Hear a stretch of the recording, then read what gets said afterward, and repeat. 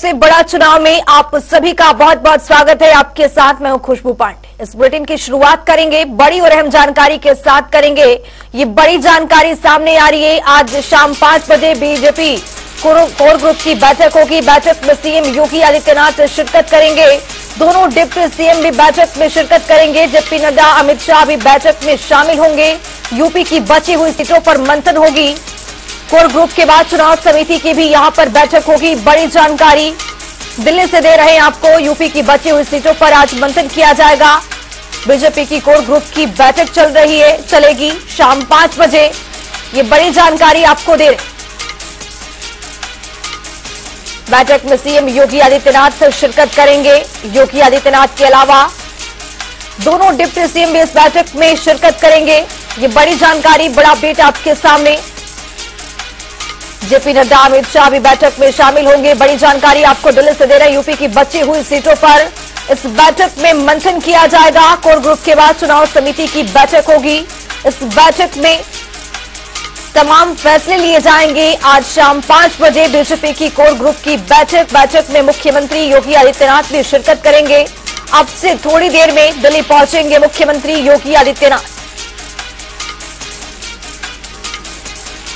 राजधानी दिल्ली से आपको ये बड़ी जानकारी दे रहे। बड़ा अपडेट आपके सामने। यूपी की बची हुई सीटों पर आज कोर ग्रुप की बैठक में मंथन किया जाएगा। कोर ग्रुप के बाद चुनाव समिति की भी बैठक होगी, जिसमें डिप्टी सीएम समेत मुख्यमंत्री भी इस बैठक में शिरकत करेंगे।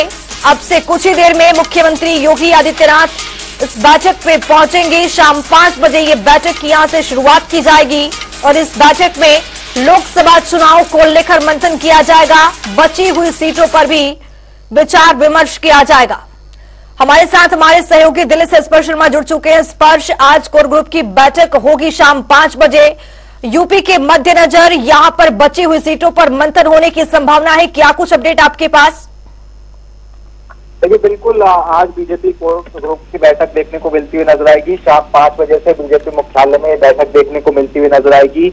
उत्तर प्रदेश के मुख्यमंत्री योगी आदित्यनाथ अब से कुछ ही देर बाद जो है दिल्ली पहुंचते हुए नजर आएंगे।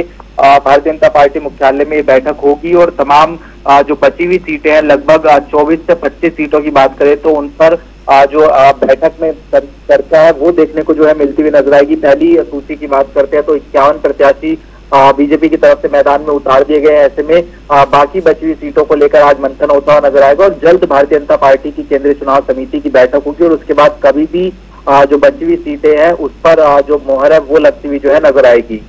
स्पर्श, जैसा कि आपने बताया कि 51 सीटों के लिए उम्मीदवार की घोषणा हो चुकी है। बाकी जो बची हुई सीटें हैं उस पर क्या जो उम्मीदवार, जो पहले वाले उम्मीदवार हैं, उनको लेकर क्या कुछ इसमें घोषणा किया जाएगा? क्या पहले वालों का इसमें टिकट कटने की संभावनाएं जताई जा रही है?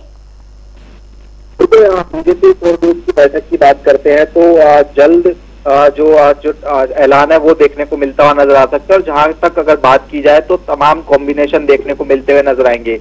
यानी जो पुराने चेहरे हैं वो भी देखने को मिलते हुए नजर आएंगे और जहां पर जरूरत के हिसाब से टिकट काटने की बात हो तो वो भी जो है देखने को मिलता हुआ नजर आएगा एंटी इनकम्बेंसी के लिहाज से। और सीधे तौर पर बात करें तो कुछ राज्यसभा जो प्रत्याशी है उनको भी मैदान में उतारने की तैयारी है, वो भारतीय जनता पार्टी जो है करती हुई नजर आ रही है। तो फिलहाल अब से कुछ ही देर बात करें तो भारतीय जनता पार्टी मुख्यालय पर जो है ये बैठक शुरू होती हुई नजर आएगी। स्पर्श, इसके अलावा अगर बात किया जाए तो इस बैठक में किस तरह के मंत्र दिए जाएंगे लोकसभा चुनाव को लेकर, तैयारियों को लेकर? देखिए, इस बैठक में सिर्फ जो चर्चा है प्रत्याशियों को लेकर वो देखने को मिलती हुई नजर आएगी। यूपी में गठबंधन के तहत जो है भारतीय जनता पार्टी चुनाव लड़ती हुई जो है नजर आ रही है। तो ऐसे में जो दूसरे लोग हैं उनको किस तरीके से जो है टिकट के लिए उनसे जो है चर्चा हुई है उसको लेकर चर्चा होती हुई नजर आएगी। उसके साथ साथ खुद भारतीय जनता पार्टी की जो बची हुई सीट है, लगभग 24 से 25 सीटें ऐसी मानी जा रही है कि भारतीय जनता पार्टी और चुनाव जो है उन सीटों पर लड़ती हुई जो है नजर आएगी। तो ऐसे में उन सीटों पर आज जो है चर्चा इस बैठक में देखने को मिलती हुई नजर आएगी।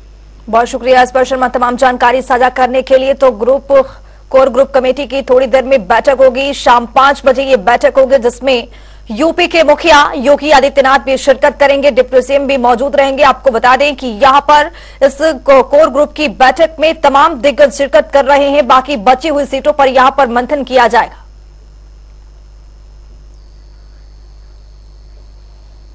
लोकसभा के चरण को लेकर समाजवादी पार्टी का भी महामंथन जारी है। दरअसल सपा सुप्रीमो अखिलेश यादव की अध्यक्षता में यूपी की पश्चिमी सीटों को लेकर लखनऊ कार्यालय में सपा पदाधिकारियों की बैठक बुलाई गई है। हमारे संवाददाता तौकीर किदवई की खास रिपोर्ट देखिए।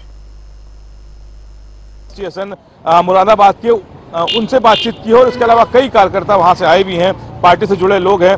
आप ये बताइए, फिलहाल पश्चिम यूपी में आरएलडी के जाने के बाद क्या समीकरण दिखते हैं? समाजवादी पार्टी कहीं स्टैंड कर रही है अभी? हाँ बिल्कुल, समाजवादी के बिना तो यूपी में वजूद ही नहीं किसी पार्टी का। सीधी टक्कर अगर किसी से है तो सिर्फ समाजवादी की है। और पश्चिमी यूपी क्या, पूरी यूपी की, टोटल यूपी की बात यह है कि जहां जहां भी समाजवादी के कैंडिडेट लड़ेंगे वो जीतने के कैंडिडेट समाजवादी उतार रही है। और मुरादाबाद की बात रही, सिटिंग जो एमपी है हमारे स्टेशन साहब, वो बिल्कुल डिजर्व कर रहे हैं। वो उनसे बढ़िया कैंडिडेट समाजवादी के लिए कोई है नहीं। और जो आसपास की जितनी सीटें हैं, संभल है, संभल बख्श साहब के पोते का है टिकट, उनका अब राष्ट्रीय अध्यक्ष जी का जियाउर रहमान साहब का और राष्ट्रीय अध्यक्ष जी का फैसला हमारा।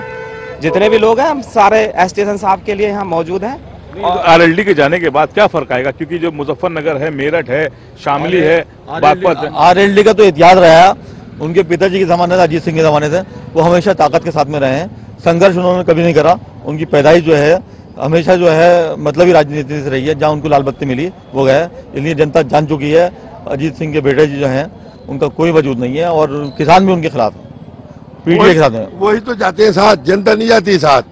उनके बाप भी हारे चुनाव उसी क्षेत्रों में, ये खुद भी हारे उसी क्षेत्रों के अंदर। आज भी किसान उनसे कटा हुआ है। किसान इन सरकारों से परेशान है, भारतीय जनता पार्टी की। सेकुलर हिंदुस्तान का परेशान है सांप्रदायिक माहौलों से। इसलिए महागठबंधन जो बना है इसके साथ जनता रहेगी। एक और बहुत जरूरी जो सीट है आपके यहाँ से वो रामपुर है। आजम खान उनका परिवार जेल में है, क्या लगता है कौन प्रत्याशी बन के आएगा? क्या रामपुर जो है वो आजम खान से जाना जाता है। वह नवाबियत की निशानी मिटाने वाले आजम खान रहे हैं। आजम खान का राज दिलों पर रहता है वहाँ पर। भले ही वो जेल के अंदर है, जुल्म ज्यादती झेल रहे हैं, लेकिन चलते हुए अगर रिक्शा वाले को आजम खान टिकट दे देंगे तो रामपुर की जनता उनको जिताने का काम करेगी। तो क्या अभी फिलहाल क्या सिंपैथी भी बढ़ी हुई है क्योंकि लंबे समय से जेल में? हाँ बिल्कुल सिंपैथी है। हर मुसलमान जुड़ा है आजम खान साहब से और आजम खान साहब जिसे चाहें, जिसे कहेंगे। लेकिन एक सवाल ये है कि भारतीय जनता पार्टी के नेता हैं, खासकर सीएम योगी आदित्यनाथ भी ये बात कहते हैं कि अखिलेश यादव चाहते तो आजम खान बाहर आ जाते। अरे नहीं, राष्ट्रीय अध्यक्ष जी मुलायम सिंह यादव जी, योगी जी बाहर निकाले अखिलेश जी। अदालतें उनके अंडर में, अधिकारी उनके अंडर में, कि अखिलेश जी निकालते हैं। अखिलेश जी पैरोकारी कर रहे हैं पूरी तरीके से। लेकिन आज मुझे आप बताइए, चाहे ईडी गई हो, सीबीआई गई हो, इनकम टैक्स गया हो, कौन सा उनके ऊपर सिर्फ साबित हुआ? मुर्गी चोरी का, झूठे मुकदमे लिखाने के अलावा कौन से मुकदमे बताइए? अगर बिल्कुल ये तो आपको भी पता है कि किसने जेल भेजा है और योगी जी क्या बात बोल रहे हैं। आप मीडिया के लोग भी सब जानते हो, आपका मीडिया का भी क्या हाल है। इकरा इस बार मैदान में है शामली से और बताया जा रहा है कि वो क्योंकि ऐसे परिवार से, राजनीतिक घराने से हैं। इकरा का क्या लगता है कि इस बार उनका चुनाव मजबूत है? बम्पर वोट तो इकरा जीतेंगे, बम्पर वोट से। जमीनी उन्होंने बहुत मेहनत करी है। उनका परिवार भी जो है जनता से जुड़ा हुआ है। छोटे छोटे कार्यकर्ता जो है उनसे जुड़े हुए हैं और पूरा हिंदू मुस्लिम सब लोग वहाँ के, ऐसा नहीं है कि खाली मुसलमान, सब जाट ये वो सारा समुदाय जुड़ा हुआ, बहुत वोट से जीते। एक तरफा जीत होगी और मुझे उम्मीद है कि 12-1 बजे तक जीत के इकरा जी बाहर आ जाएंगे। बहुत शुक्रिया। देखिए, पश्चिम के लोग हैं, पश्चिम यूपी के खासकर उन सीटों से आते हैं जहां पर दबदबा माना जाता था एक समय में समाजवादी पार्टी का। फिलहाल 2022 विधानसभा चुनाव में इतना बेहतर नहीं कर पाई थी, लेकिन ये माना जा रहा है कि 2024 की जो लोकसभा है इसमें आरएलडी के जाने के बाद समाजवादी पार्टी का जमीनी संगठन कितना मजबूत रहेगा और वहां पर समीकरण कैसे बदले जाएंगे ये आने वाला वक्त बताएगा। लेकिन फिलहाल जो कार्यकर्ता हैं, जो नेता हैं, उनके अंदर उत्साह है आने वाले समय के लिए और कहा जा रहा है कि समाजवादी पार्टी एक बड़ी जीत दर्ज करने जा रही है। कैमरा पर्सन रियाज के साथ तौकीर किदवई, जनता टीवी, लखनऊ। सपा सांसद डिंपल यादव ने अपने एक बयान में कहा है कि समाजवादी पार्टी को लोगों का भरपूर प्यार और सहयोग मिल रहा है और समाजवादी पार्टी मजबूत है। साथ ही ईवीएम को लेकर सवाल भी खड़े कर दिए हैं। डिंपल यादव ने कहा कि ईवीएम को लेकर लोगों में बहुत असमंजस है। लोगों के मन में शंका है कि ईवीएम में जिसके लिए वोट दिया जा रहा है उस पार्टी को मिल रहा है या नहीं। ईवीएम में लोगों में बहुत असमंजस है। बहुत सारे लोग लगातार बीते चुनाव में बात बोलता है, हमने वोट तो इस पार्टी को दिया लेकिन हमारा वोट निकला नहीं है।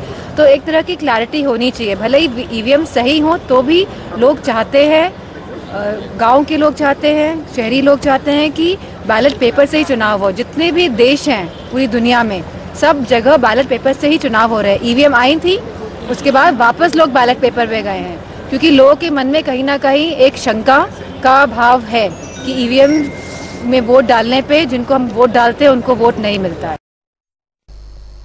लोकसभा चुनाव को लेकर पुलिस विभाग और कानपुर देहात जिला प्रशासन भी पूरी तरह से मुस्तैद नजर आ रहा है। चुनावी तारीखों के ऐलान के बाद से ही प्रशासनिक अमला तैयारियों में जुट गया है। एक तरफ आचार संहिता लागू होते ही इसके अनुपालन की कवायद तेज हो गई है, तो दूसरी ओर लोगों से शांतिपूर्ण ढंग से और लोकतंत्र के इस महापर्व में बढ़ चढ़कर हिस्सा लेने की अपील की जा रही है। इसे लेकर प्रशासनिक और पुलिस विभाग ने विशेष जानकारी दी है, सुनिए। चुनाव की घोषणा हो चुकी है। हमारा 4 ऑफिस यहाँ पे माननीय द्वारा जो भी निर्देश दिए गए हैं आचार संहिता के पालन व अनुव्यवस्था की वो सारे अभी कार्रवाई हमारी लगभग पूरी है। समय से जो कार्रवाई होनी थी और हमारी टीम भी बनी हुई है और सारी जो और एनफोर्समेंट टीम है वो भी क्षेत्र में एक्टिव हो गई है और लगातार उस पर काम भी कर रहे हैं। और हमारा ये प्रयास है और ये विश्वास है कि बिल्कुल पूरी तरह से पारदर्शियों ने पहले से करीब 1.5 महीने से हम लोगों की लगातार इस पर तैयारी चल रही है और तैयारी पूरी हो चुकी है। जैसे आपको विदित है कि हमारे करीब 5 जनपदों से बॉर्डर पे लगती है, तो हर बॉर्डर पे हमारे नाकाबंदी हो चुकी है। उसके अलावा करीब जनपद के अंदर 32 बैरियर्स भी लग चुके हैं। इसके अलावा जो गुंडा एलिमेंट्स हो या शरारती तत्व हो उनके ऊपर जैसे बाउंड डाउन कार्रवाई हो या गुंडा हो या कोई अन्य एक्ट है वो सब भी कार्रवाई प्रचलित है। और जो हमारे तरफ से जो फोर्स है ठहराने की जगह है, जैसे 39 जो है सीएपीएफ की जगह है और 50 जो है हमारे पीएसी और बाकी अन्य बल और उनके वो भी प्रॉपर्ली चेक किया जा चुका है। और जहां पर भी कुछ कमियां हैं वो अगर डीएम साहब के अध्यक्षता में उसको मतलब हम ठीक करा रहे हैं। लोकसभा चुनाव की तारीखों का ऐलान हो चुका है। बता दें कि यूपी में 7 चरणों में चुनाव होगा। वहीं कुछ पार्टियां अपनी अपनी जीत का दावा कर रही है, तो कई पार्टियां जीत की उम्मीद लगा रही है। लेकिन जनता क्या कुछ खास मूड है, देखिए इस पूरे रिपोर्ट के जरिए।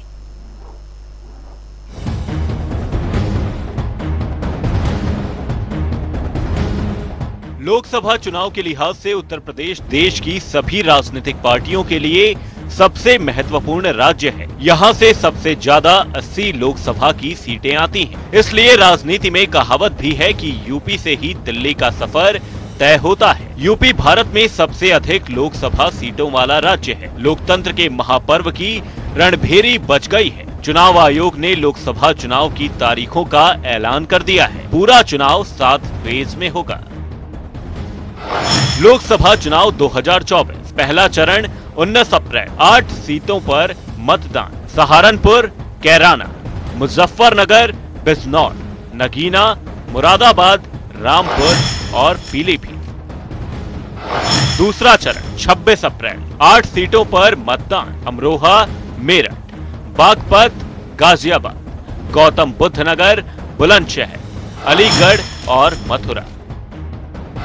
तीसरा चरण 7 मई 10 सीटों पर मतदान। संभल, हाथरस, आगरा, फतेहपुर सीकरी, फिरोजाबाद, मैनपुरी, एटा, बदायूं, बरेली और आंवला।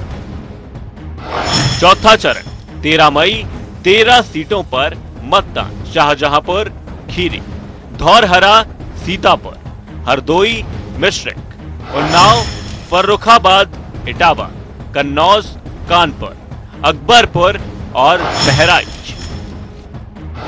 पांचवा चरण 20 मई 14 सीटों पर मतदान। मोहनलालगंज, लखनऊ, रायबरेली, अमेठी, जालौन, झांसी, हमीरपुर, बांदा, फतेहपुर, कौशाम्बी, बाराबंकी, फैजाबाद, कैसरगंज और गोंडा।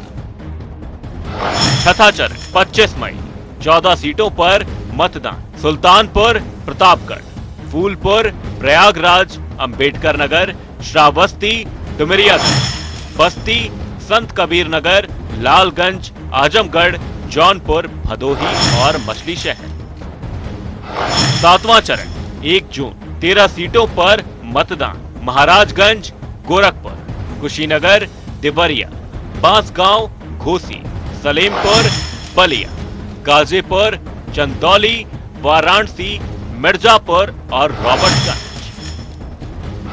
नवाबों की नगरी लखनऊ, क्या है जनता का मूड?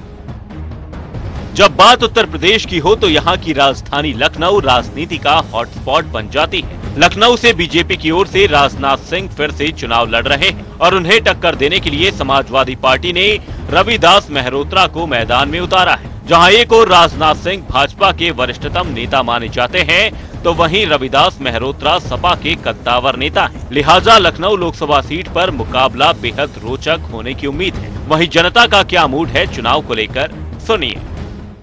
इश्यूज ये थोड़ा सा सेफ्टी का इश्यूज और थोड़ा सा महंगाई थोड़ी बढ़ गई है, पेट्रोल वगैरह, उस पर थोड़ा सा इश्यू देखना चाहिए और थोड़ा ये बेरोजगारी बढ़ रही है। इन 3 चीज़ों पे काम करना चाहिए, बाकी तो सब वेल एंड गुड चल रहा है अभी। ये इलेक्शन के इश्यूज अभी तो आप ये देखिए कि जहाँ पे इलेक्शन का मतलब क्या है कि अलग अलग पार्टी के लोग खड़े होने चाहिए, वैरायटी आपके पास रहनी चाहिए, ठीक है।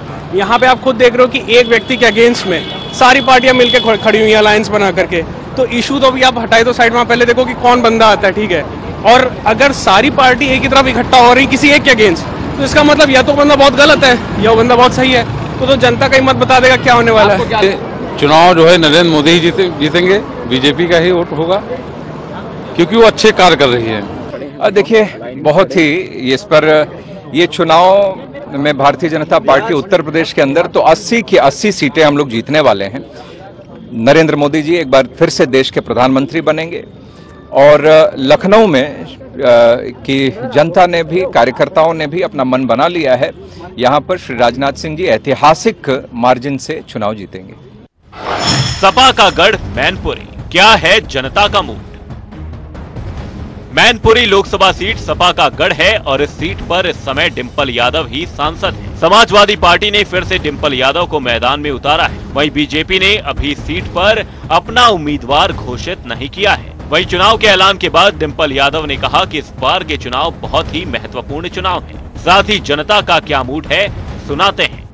को बहुत समर्थन और प्यार मिल रहा है और मैं समझती हूँ मैनपुरी के लोगों को समाजवादी विचारधारा पे पूरा यकीन है और समाजवादी पार्टी बहुत मजबूती के साथ चुनाव लड़ रही है और काम कर रही है। एक मुद्दा है महिलाओं की जो सुरक्षा है, वो एक मुद्दा है। किस तरह लगातार एनसीआरबी के आंकड़े बता रहे हैं कि उत्तर प्रदेश एक हैवानियत प्रदेश में तब्दील हो गया है, जहाँ महिलाओं के साथ इतना हद तक इतना बुरा हो रहा है और यह सरकार संज्ञान लेने को तैयार नहीं है। चाहे वो BHU की घटना हो, चाहे वो सफाई की घटना और लगातार इस तरह की घटनाओं में जहां महिलाओं को प्रताड़ित किया जा रहा है, लगातार इजाफा हो रहा है और जब सरकार संज्ञान ही नहीं लेगी तो कोई एक्शन या कोई कदम कैसे उठाएगी। ऐतिहासिक ताज नगरी आगरा, क्या है जनता का मूड?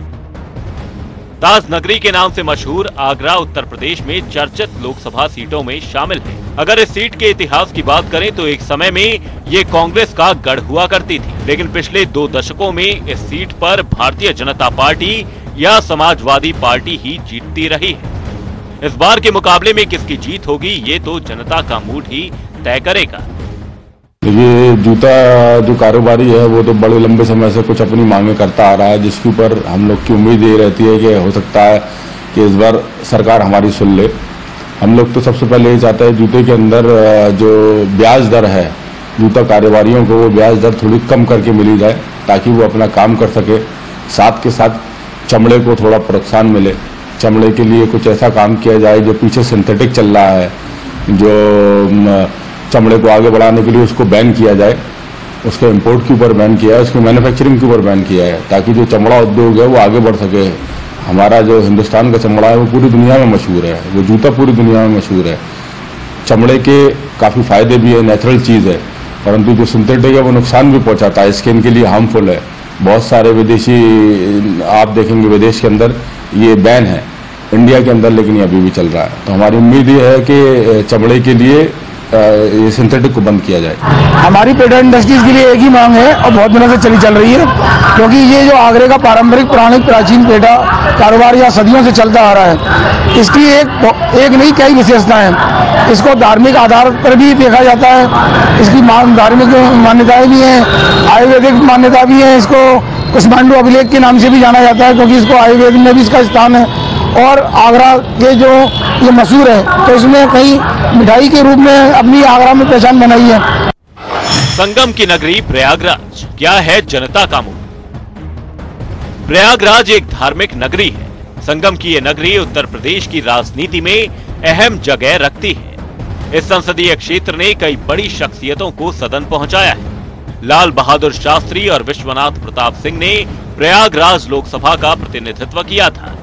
अगर जिले के हिसाब से देखा जाए तो इसमें 2 लोकसभा सीट फूलपुर और प्रयागराज पड़ता है। प्रयागराज सीट पर सबसे ज्यादा कांग्रेस को 7 बार जीत मिली है, जबकि बीजेपी को 5 बार जीत हासिल हुई है। लेकिन इस बार के खेल में जनता किसे विनर बनाती है, ये तो 4 जून को ही पता चलेगा। लेकिन अभी जनता का क्या मूड है, जानते हैं। भैया हम लोग तो खुश हैं। हम लोगों को भाई डेली कमाना डेली खाना है, हम लोगों को डेली कमाना डेली खाना है। हम लोग तो खुश ही हैं सब। हाँ ठीक है। हम लोग मोहल्ले वासी सभी खुश हैं। गांधी जी का भी काम अच्छा है, अभिलाषा गुप्ता का भी काम अच्छा था। आने वाली सरकार भी इन्हीं की बनना है, तो लिहाजा कुल मिला के मान के चलिए 90% पब्लिक यहाँ की खुश है। श्री कृष्ण जन्मभूमि मथुरा, क्या है जनता का मुंह? धार्मिक नगरी और भगवान कृष्ण की नगरी के रूप में पहचान रखने वाली मथुरा लोकसभा सीट उत्तर प्रदेश के हाई प्रोफाइल में से एक है। मथुरा को पिछली बार के लोकसभा चुनाव में बॉलीवुड की ड्रीम गर्ल हेमा मालिनी का साथ पसंद आया था। उन्होंने पिछले 2 बार से यहां से बतौर बीजेपी के टिकट पर चुनाव लड़ा और जीत दर्ज की। बड़ा सवाल यह है कि आगामी लोकसभा चुनाव के सियासी संग्राम में धार्मिक नगरी मथुरा लोकसभा सीट पर भारतीय जनता पार्टी हैट्रिक लगा पाएगी या फिर रालोद या अन्य पार्टियों का उम्मीदवार इस सीट पर कब्जा जमाएगा। लेकिन जनता का इस बार का क्या मूड है, सुनते हैं। समस्या तो इतनी दूर हो गई। दुख में सुमरन सब करे, सुख में करे ना कोई, और जो सुख में सुमरन करे दुख काहे को होए। भगवान कृष्ण को जन्म हो, हमें तो कोई दुख ना है। दुख तो है एमएलए और एमपी को, इनको जेब भरे कैसे हूँ। आप पूरे, मैं आपसे मीडिया वालों से ये कह रहा हूँ, आप इस कैमरे को लेके पूरे ब्रजमंडल की परिक्रमा लगावे। पूरे ब्रजमंडल में नाली नहीं है, देहातों में ऐसा पानी चलता है, जाती है, कहता है कि तुम्हारा ब्रजमंडल है। वो हेमा मालिनी कहती है बहुत विकास किया, बस इसको गोद ले लिया, उसको गोद ले लिया। किस को गोद ले लिया? जगह जगह तीर्थ विकास के वो पत्थर लगा दिए गए हैं। उसको शुक्ला, वो कौन से पहले यहाँ वो हुए थे तीर्थ विकास परिषद जो बनी है, उनके जगह जगह बोर्ड जरूर लग रहे हैं।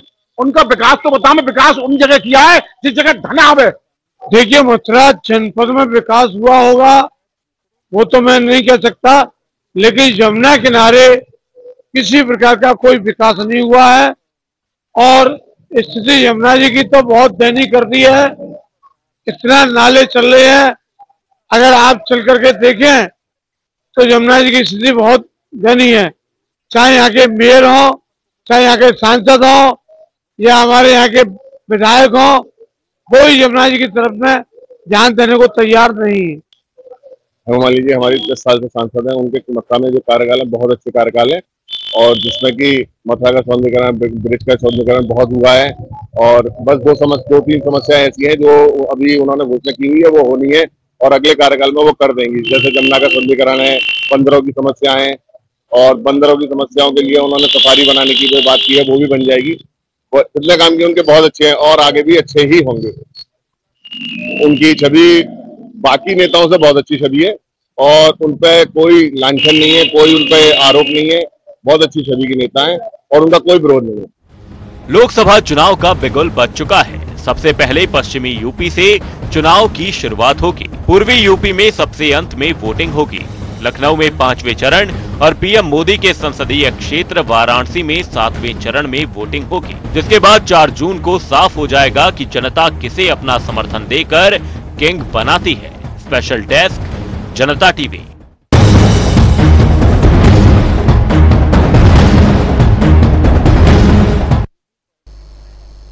तो एक बड़ी जानकारी सामने आ रही है, उससे भी आपको रूबरू कराएंगे। बड़ी जानकारी, बीजेपी में शामिल हुई बीएसपी सांसद संगीता आजाद ने ज्वाइन किया है बीजेपी। ये बड़ी जानकारी आपको दिल्ली से दे रहे हैं। बड़ी जानकारी, संगीता आजाद ने बीजेपी को ज्वाइन कर लिया है, बीजेपी का दामन थाम लिया है। लालगंज लोकसभा से सांसद है संगीता।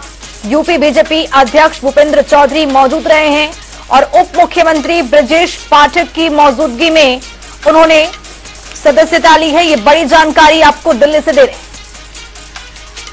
बीजेपी में बीएसपी सांसद शामिल हुई हैं। संगीता आजाद ने बीजेपी का दामन थाम लिया है। ये तस्वीर भी आपके सामने है जब संगीता सदस्यता ग्रहण कर रही थी। ब्रजेश पाठक नजर आ रहे हैं। आपको बता दें कि यूपी बीजेपी अध्यक्ष भूपेंद्र चौधरी भी मौजूद रहे हैं। उप मुख्यमंत्री ब्रजेश पाठक भी मौजूद रहे हैं। बीजेपी में शामिल हुई है बीएसपी सांसद।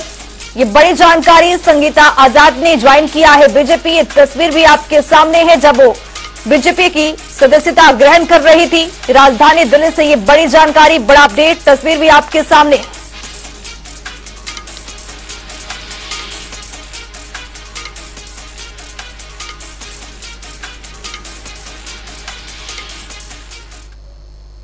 इस बुलेटिन में मेरे साथ इतना ही। देश और दुनिया की तमाम खबरों के लिए बने रहिए जनता टीवी के साथ।